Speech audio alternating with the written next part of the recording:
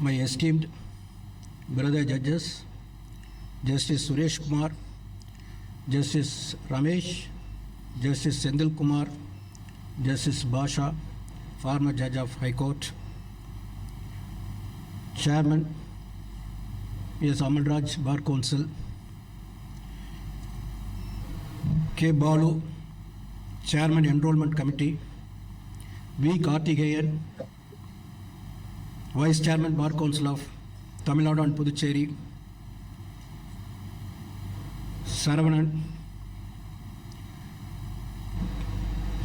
Executive Chairman, Vice Chairman,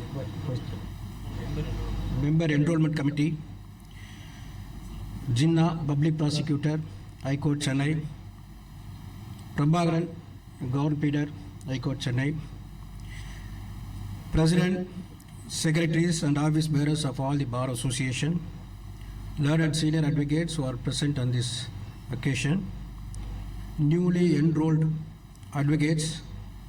Now we can say as an advocate, before half an hour, you are only a law students. Now after the enrollment, you became an advocate. And ladies and gentlemen, and parents of the young advocates, good evening to all. It is indeed a privilege and an honor to attend this momentous occasion on enrollment of new advocates in our noble legal profession. As you take the solemn oath today, you are not only merely becoming advocate, you are becoming custodians of the law. The legal profession is not just a career, it is a calling, a vocation that demands that highest standard of ethical conduct, professional competency, and personal integrity. Everybody knows that the life of Justice Muthuswamy Iyer, who has studied in his earlier days under a street light and became one of the first Indian judges appointed to the Madras High Court during the British colonial period. His judicial integrity, innovative legal thinking, and commitment to justice, Justice Muthuswamy Iyer's legacy continues to influence the practice and interpretation of law in India today. I hope that everyone, especially lawyers, will be inspired by and follow the life and journey of Justice Muthuswamy Iyer, whose dedication, integrity, and commitment to justice serve as a timeless example for all. Ethics and professional, that was the subject today. Ethics and professional are the cornerstones of our profession. Without them, the legal system would crumble. You must adhere to the highest standards of ethical conduct in all your dealings. Be honest with your clients. Be respectful to the court and be fair to your opponent. Remember that your reputation to an advocate is your most valuable asset. It takes years to build, but only a moment it can be destroyed. The trust that your clients place in you is sacred. They come to you in their moment of greatest need, seeking your guidance and expertise. Do not betray the trust. Be diligent in your work, be thorough in your research, and be jealous in your representation of their interest. But above all, be ethical. There is no victory in winning case if it comes to the cost of your integrity. While the practice of law is often seen as a profession of reason and logic, it is also a profession of compassion and empathy. You will deal with the people from all walks of life, each with their own stories, struggles, and aspiration. Do not lose sight of the human element in the pursuit of legal excellency. Remember that behind every case file is a person, a family, a community. Approach your work with empathy, understanding, and genuine desire to make a positive difference in the lives of others. Legal profession is amongst all the learned professions the most independent one. Its independence the bedrock upon which it climbs to lead. The country is based. Browse the Indian independence history, you will find many freedom fighters sprung from the legal profession that was already mentioned by earlier speakers before you. The profession is called learned profession because here learning is perennial. Law is not static. It is a living organism, keeps on moving forward to meet the changing needs of the society.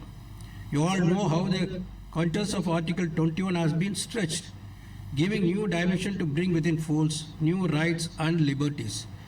New legislation are introduced at regular intervals and amendment in the existing legislation. Your success depends on your regular update of laws and regulations and the decision of High Court and Supreme Court touching your field of profession. Intelligence and industry without integrity in professional contact have no value. In your professional contact is general, you as an advocate owe certain duties to the court, to the profession, to your opponent, to your client, and to the society at large. In all such duties, your integrity is foremost. An advocate should enjoy the absolute confidence of the bench and that he will not mislead the court with suppression or distorted facts. The duty of the advocate is three dimensions. One, duty towards your client, duty towards a court, and duty towards a society at large. An advocate is an officer of the court and discharging the sovereign function of justice delivery system. He is an indispensable and private stakeholder in the whole system. Ram Jethmalani, senior advocate in Supreme Court, once he said that if you have to lose a case, don't lose a client. If you lose a client, but don't lose a judge. If you lose a judge, never ever lose your conscience. So at the end, we are answerable to our conscience. At the initial stage, as a young lawyers, now the newly enrolled advocates often face financial challenges. That is for everybody, even those who are all sitting on their dice at the early stage, they are also struggle for the financials. However, with the dedication and hard work, they gradually begin to earn a stable income. As they gain experience and practice over the years, they eventually achieve greater financial success as a lawyer. Therefore, it is crucial for young lawyers to maintain patience and faith in the profession during their earlier days. The greatest strength is faith. Have faith in yourself. Have faith in your capability. Have faith in your competency. Have faith in the system where you are there. If you are true and honest to the system will take care of you and protect you. Insofar as I want also on this occasion to mentioning about the efforts taken by the Bar Council, and before that, Mr. Balu is today's birthday, so therefore wishing me a happy birthday on this occasion. And you never forget about this today's momentous occasion for enrolling you all the young lawyers before today. The Bar Council has on today 1,37,034 advocates have been enrolled, and nearly 72,715 advocates are actively practicing. For the welfare of the legal fraternity, the Bar Council has introduced several welfare measures, namely providing accidental mediclaim policy, disbursing a sum of rupees 10 lakhs to the family of the deceased advocates, and 4 lakhs to the family of the deceased advocate clerk as welfare measures. Earlier it was 5 lakhs. So earlier it was 5 lakhs, right? It was 7 lakhs, and so now it has been increased to 7 lakhs, 10 lakhs. Now it is 10 lakhs.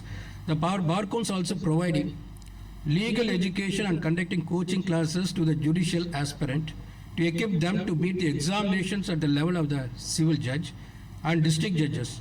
Many candidates are being benefited out of these initiatives.